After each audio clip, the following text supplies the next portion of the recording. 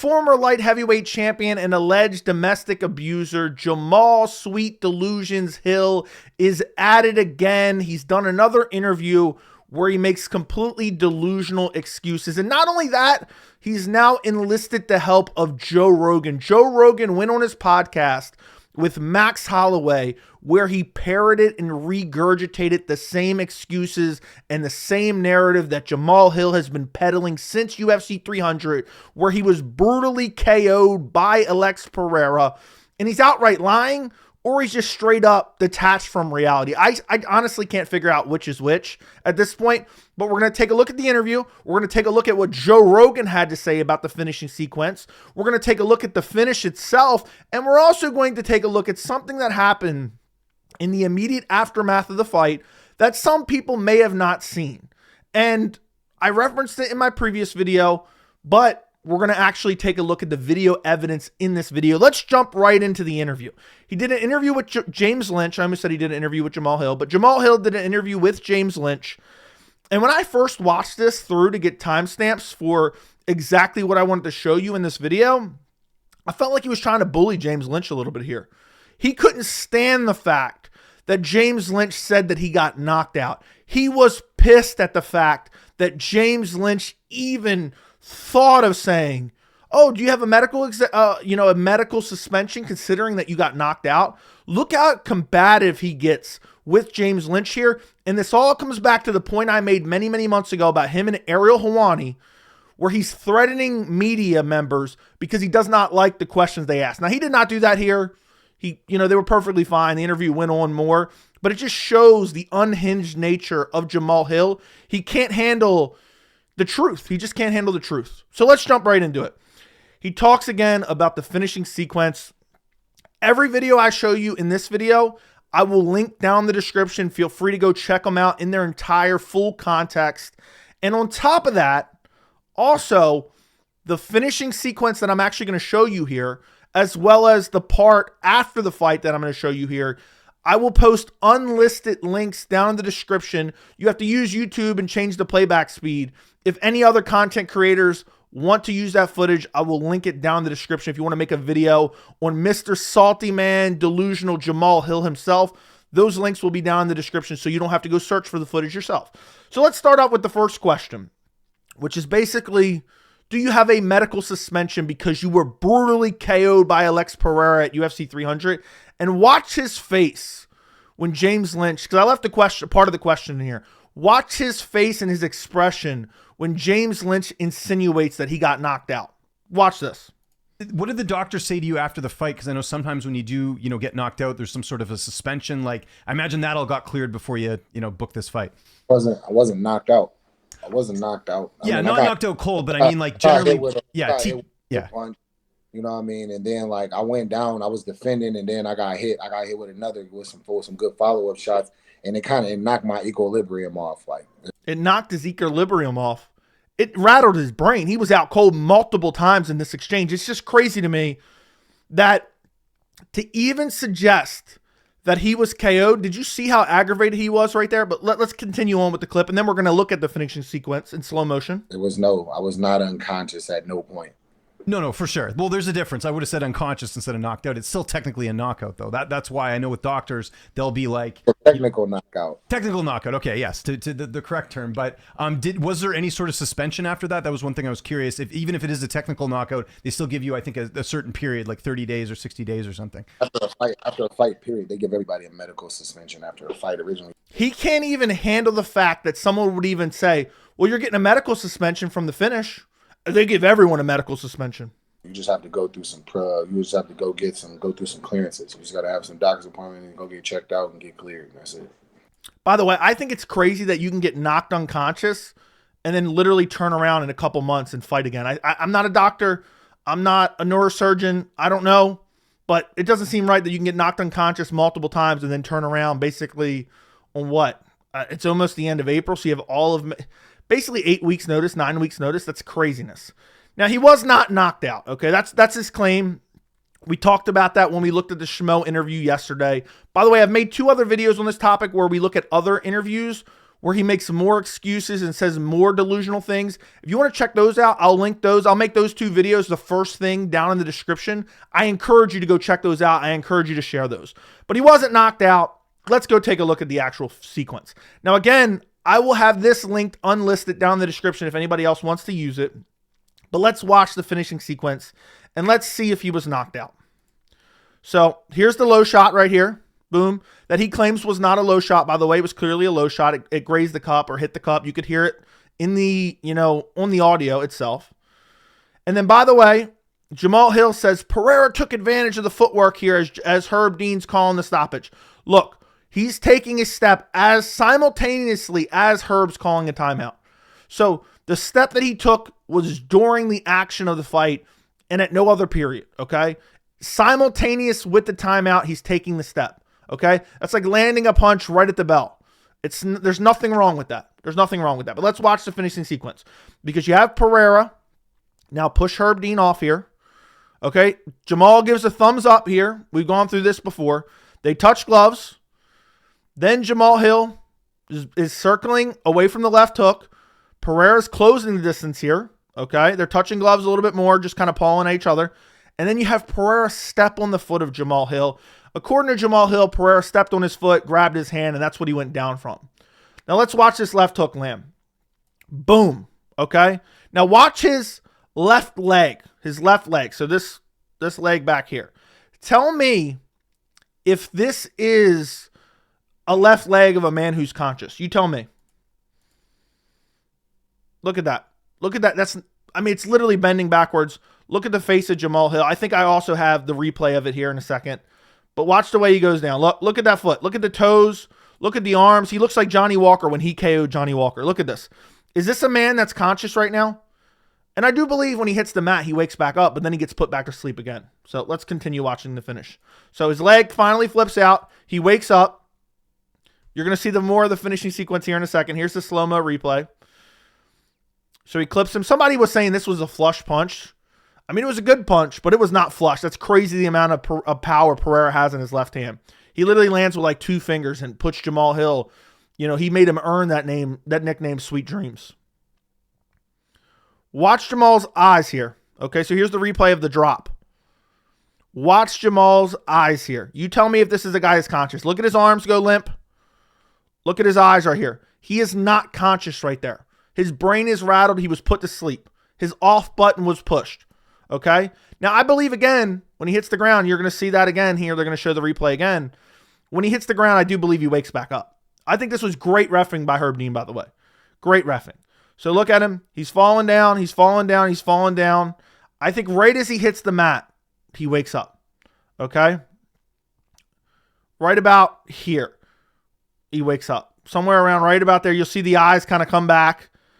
Okay, right about there. And he throws a little up kick. I don't think it'll skip ahead. You won't see that. You'll see the ground and pound here in a second. But I just want to go through this sequence again because it's crazy that Jamahal is still saying that he didn't get KO'd. Okay, I think obviously he's back awake right there. Look, he looks like he's seen a ghost. He looks like he's scared to death right here because he just got clipped badly by Pereira. And then watch the ground and pound here. Watch the ground and pound. He throws that little up kick, which was crazy. I didn't even notice that when I was watching live. But going back. Now watch this ground and pound here. You tell me if this is a man who's conscious. So obviously he's conscious here. He's blocking. He woke back up. All right.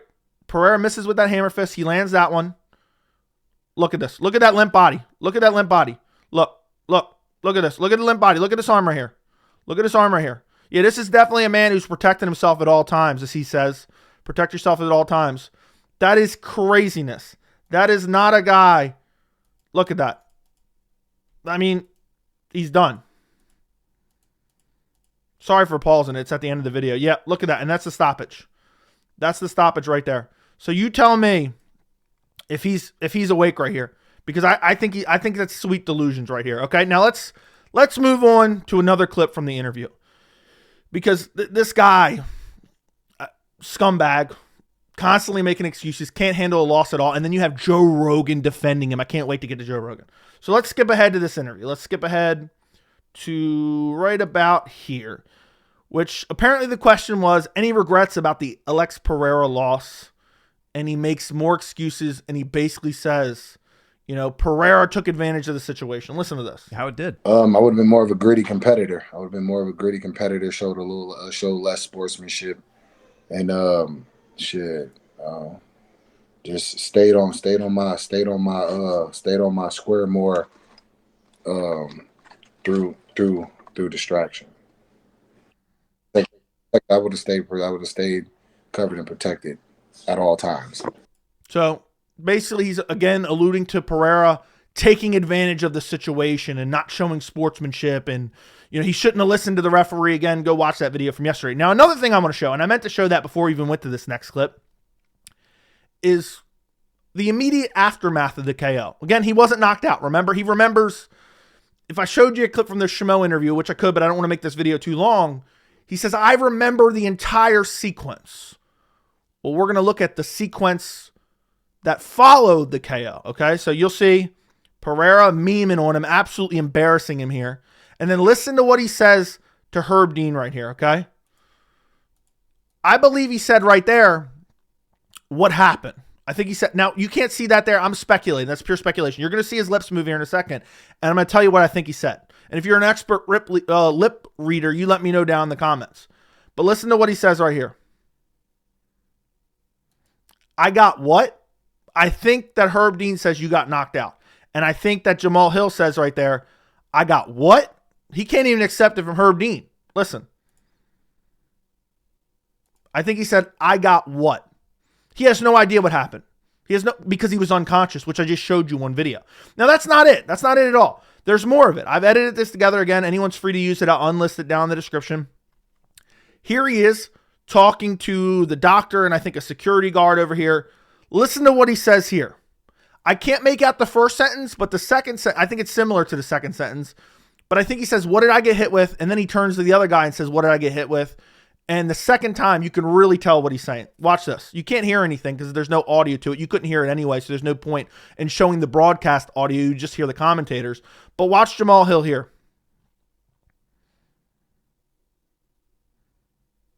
What I get hit with. Right there. You can tell that clear as day. I'm not 100% sure on what he says to the doctor, but when he turns away and talks to the security guard, he says, what did I get hit with? I mean, that's pretty clear. I'll show it one more time. I think the exact words he says is what I got hit with, which isn't, you know, the best way to say it, but he's obviously dazed. All right, so there you go. Clear as that. What I got hit with. He has no idea what happened because he was brutally chinned by Alex Pereira. And now the commissions, the UFC, his management, his friends, his family, they're not protecting him because they're allowing him to have a quick turnaround. And also the fact that he can't even acknowledge that he got put to sleep by Pereira, that shows where his career is heading. You know, if you can't accept that you were not the better man on a certain night, how are you supposed to improve? How are you supposed to improve? Now let's jump back to the interview because he just says, oh, I'm going to show less sportsmanship. Again, just coping, delusion, deranged, detached from reality. But then he goes on to say something even more hypocritical. And I wanted to include this in the video. This video itself is all about Jamahal Hill. But he was asked about, apparently he was, you know, being friendly with a Pereira fan. And he said something that really, I was like, you know what, this guy's a massive hypocrite. So I wanted to include this in the video. And then we're going to go to Joe Rogan here in a second. Like, you know, there are people, my thing is like, my biggest thing is like the people that come online with the whole bitches, things like that say things that no man to man, face to face, you would never. Yeah. You wouldn't. You know what I mean? It's kind of sad now that people are leaning on a system to protect them, for them to be able to just come out and just irately just do things that you do and say things that you just wouldn't do. So again, I've covered this extensively in the past. This is Jamahal Hill's way of saying, I don't like any of the criticism online, and in person, I would whoop their ass, which is kind of fine. It's okay. I mean, I guess I don't think anyone, especially a professional fighter, should be threatening to assault people just because he does not like the things that they say. Okay. And that's essentially what he's doing here. That's what he's doing here. And that's what he's done in the past. And that's what I've called him out for in the past. He was threatening Ariel Helwani. You're only safe because I allow you to be safe. Where I come from, that constitutes an ass eating. I mean, ass whooping. You know, so he's done it in the past because Ariel asked Yuri, who do you think's a tougher matchup, Pereira or Hill? He was so salty and angry about that. But the reason I think it's so hypocritical, that again, he's talking about, I don't like online negativity towards me. And don't get me wrong, I do not think you should go out of your way to harass anyone. I don't think you should go out of your way to inject yourself into anyone else's life. Okay? When I make this video, I make it for you guys. I don't make this for Jamahal Hill. But the fact that he's like, yeah, man to man, they would never say that. If I ran into Jamahal Hill tomorrow, I would not go out of my way to disrespect Jamahal Hill. But if we had a conversation, I would tell him exactly how I feel. Not that he would care what I said. Well, I guess he probably would because he's salty about everything anyone says. You know, he didn't even like that James Lynch called it a knockout. Well, I guess he's mad at Bruce Buffer too. He's got an axe to grind with Bruce Buffer too. But I would say everything that I've said here to him, no problem. What's he going to knock my teeth down his throat? You know, he's got a couple months. We got to wait till Thanksgiving for that. But it's just crazy because let's look at what he said. Let's look at what he said a couple months ago when he was trying to attract the Sean Strickland fan base. He was going off on the soy boys, the media, asking questions that they don't like. I mean, are UFC, are fighters in general the most soft people in the entire world? They can't handle simple questions. But let's see what he had to say. I pulled out this clip from some video he did, you know, about Jamahal Hill and panel goes off on Sean Strickland hating soy boy and blah, blah, blah, so on and so forth. But I pulled a clip from this because he's saying, he's alluding to assault in the previous clip. He's alluded to assault in the past of media members and fans and whatnot. But let's see what he has to say in this clip. No, and now I'm going to condemn this because I already know it's going to be people. No, he shouldn't do nothing. You should be able to say what you wanted. You should be able to say your piece, and nobody should be able to lay hands on you for that. But at the same time, you should be able to say your piece, and nobody should be able to lay hands on you for that. I agree. I agree 100%, Jamahal Hill. But then why are you constantly alluding to, oh, yeah, they wouldn't say it man to man. They wouldn't say this and that, blah, blah, blah. I don't like this. Or that constitutes an ass whooping, or you're only safe because I allow you to be safe. And meanwhile, this is the guy that allegedly assaulted his brother and also pushed a female who was there. I'm assuming that may be the brother's wife because that's kind of the police reports we heard in before that. But we're going to take a look at more of that in a second. But which is it? Which is it? Oh, you shouldn't be able to put your hands on people because of stuff they say. But in the interview, you're saying, well, yeah, nobody would say this man to man. Well, why wouldn't they? Is that a threat of violence? It's a thinly veiled threat, acting like a tough guy and acting like a badass. And this is the same guy, and I made a video about this as well. I'll link it down in the description. This is the same guy whose editor or producer or friend, he was actually on this panel, came after me, harassing me and asking me for my address. And I told him I would give him my address. Jamahal Hill messaged me for my address. I'll give you my address. I will gladly give you my address. It'd be the highlight of my life to give you my address. Offer still stands. But this is the same guy that sent his producer, or maybe he didn't. You know, actually, maybe he did. Maybe that was his producer's doing. But either way, someone connected to him was harassing me because they didn't like my opinion on Jamahal Hill that I never forced on any of them. Okay? Same guy. Then on top of that, this is the same guy that defended Dana White when he smacked his wife in a club in Mexico at 53 years old. If you don't want to get hit, don't hit nobody, period. Okay? All right.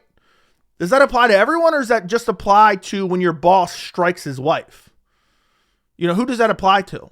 And he got all bent out of shape because people took it as, oh, you're saying what he did was okay. Because that's essentially what he was saying. What he was saying is that it was okay. And then it comes out that he's assaulting his brother. And this doesn't even get enough media visibility because the main outlets are scared to step on the UFC's toes. Not a single person asked a question about this during UFC 300 Fight Week because they're all UFC shills and they're scared. And it could have been a simple, oh, I don't have any comment. But let's read some details of this. That's when, or hold on, let's actually scroll up right here. Let me make sure it's in view. The alleged dispute stemmed from an argument over whether or not Hill's sister-in-law was to be paid $300 for cleaning Hill's vacant home. The dispute eventually transitioned into other more personal subject matter. According to the report, as Hill's brother called out Hill for not texting his own daughter on Thanksgiving and being, in quote, being disrespectful to women, end quote. That's when a shirtless Hill allegedly sucker punched his brother twice in the face while also shoving a female witness. Hill's brother claimed both punches knocked him down, with a second one leaving him dazed. Hill's brother also claimed he was conflicted about contacting the police because Jamahal Hill is his brother and he didn't want to ruin Jamahal Hill's fighting career. An unidentified witness corroborated the account of physical altercation and said Hill's brother was speaking the truth during their argument. I mean, need I go on? We'll read one last excerpt. Police observed injuries to Hill's brother, including a swollen face and eye, as well as a chipped tooth. Police later arrested Hill without incident. He was charged with one misdemeanor count of domestic violence. So it's okay, according to this tweet, when Dana White slaps his wife in a club in Mexico at 53. But it's also okay to assault your brother, who's not a trained fighter, and sucker punch him because he didn't clean your house well enough. Allegedly. This is all still alleged. Maybe there'll be a plea deal. Maybe no more information comes out. I don't know. Apparently he was offered a plea deal. We haven't got any more updates, and the media doesn't do a good job of actually reporting on this. So I'll have to dig deeper into it very shortly. But this is a guy who says, yeah, nobody would say this man to man, but he's saying nobody should be assaulted for their words. And then on top of that, he's defending Dana White in a club in Mexico at 53. Now, the last thing I want to look at is Joe Rogan. Joe Rogan, honestly, I think he's on Jamahal Hill's payroll at this point. Bare minimum, he's friends with Jamahal Hill, and Jamahal Hill asked him to push this narrative, or Rogan's just stupid, which he says a lot of stupid things. He's checked out. He's a total casual. Listen to what he has to say about Pereira. He basically alludes to Pereira cheating here. And then he says some ridiculous things about Jamahal Hill. And by the way, the reason I believe Jamahal Hill put these people up to it, in a video I made before, again, every video that I mention here will be linked down in the description. DC, when he pushed this narrative out, a lot of people are saying it's all DC who pushed this narrative out. He accidentally slipped up and said Jamahal Hill's the one that told him this.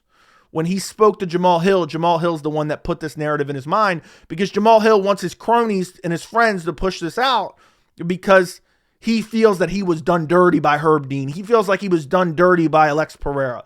Listen to what Rogan has to say when he has Max Holloway. And this went on for like 15 minutes. I'm only going to show you about a minute of it. But Joe Rogan is ridiculous. He's delusional as well. It's not a perfect point because they had engaged again. I know what you mean. I didn't even start at the right time. I'm an idiot. I didn't have the right timestamp. Let me go back right about here when they're actually talking and looking at the replay. Listen to this. Oh, yeah. And so once he does that little hop in, he takes advantage of that moment to close the gap. Yeah, the left focus. He takes advantage of that moment to close the gap. AKA, he took a step during the actual fight. He took advantage of that moment. So clean, bro. Look at this. So he doesn't stop when Herb stops him. He closes when he puts her to he closes the He closed gap. the distance and then told her to Yes. stop. Yeah. Oh, Yeah. He closed the distance and then told Herb to stop. Yeah, because he was closing the distance during the fight. During the fight. It was during the fight. He took one step simultaneous with Herb Dean calling the timeout. He took one step. during the So whole watch time. it. Yeah. Watch it. It's this. Yeah, right. So he touches it. He close the distance while Jamal's legs are straight. Straight. Jamal's legs are always like that. Oh, Jamal's legs are straight. I mean, this is one of the most flat-footed fighters on the roster who basically always stands like that. It's a bit of an exaggeration, but you get my point. Yeah, Jamal's legs are straight. Yeah, it doesn't change the fact that they touch gloves, and then Jamahal Hill's the first one to throw a punch after this. Yeah. So Jamal gives him the thumbs up, and Pereira had a double hop. I don't know where he gets this idea of a double hop. It's one step. It's one step. It's not a double hop. I don't know if Joe Rogan's just on so much drugs he doesn't know what he's watching anymore. Yeah. Time. And Jamal didn't know. Yeah, this is a real moment. Now, This is a real moment. Talk about substance. I can't stand Joe Rogan anymore. I can't stand him anymore. And people say, oh, you're a Rogan hater because of this, or you're a Rogan hater because of that. If you watch Joe Rogan and you listen to Joe Rogan 5 years ago, 6 years ago, when it comes to a commentator or even his podcast, he has fallen off of a cliff, especially when it comes to speaking about MMA. It's crazy. And it gets even worse here in a second. I could not believe what he said here. I'm not making any excuses for Jamal. And That's literally exactly what he's doing. I'm not making any excuses for Jamal. Jamal can take a loss as good as anybody. And after the Paul Craig fight, he's like, Jamahal Hill can take a loss as good as anyone. We'll end the video with this. This is a Schmo interview. I've already done a full breakdown of this interview, but Jamahal Hill can take a loss better than anyone. Let's listen to what he had to say to the Schmo. You know, he landed a good shot. He was able to get. He closed it. He grabbed my hand, stepped on my foot. You know, kind of went down from that. But for the most part, it was just good, well placed shots that kind of knocked my equilibrium off. He stepped on my foot and grabbed my hand, and that's what I went down from. A little bit, but it was nothing that was like damage. I never had a headache. I was never felt concussed or anything like that. I remember the full sequence of the things that happened. So yeah, right. You remember the full sequence. That's why you're asking Herb Dean what happened after the fight. That's it. That wraps the video up. Let me know what you think down in the comments. Don't forget to like the video. Don't forget to share the video. Subscribe to the channel. And thank you so much for watching. I will see you in the next video.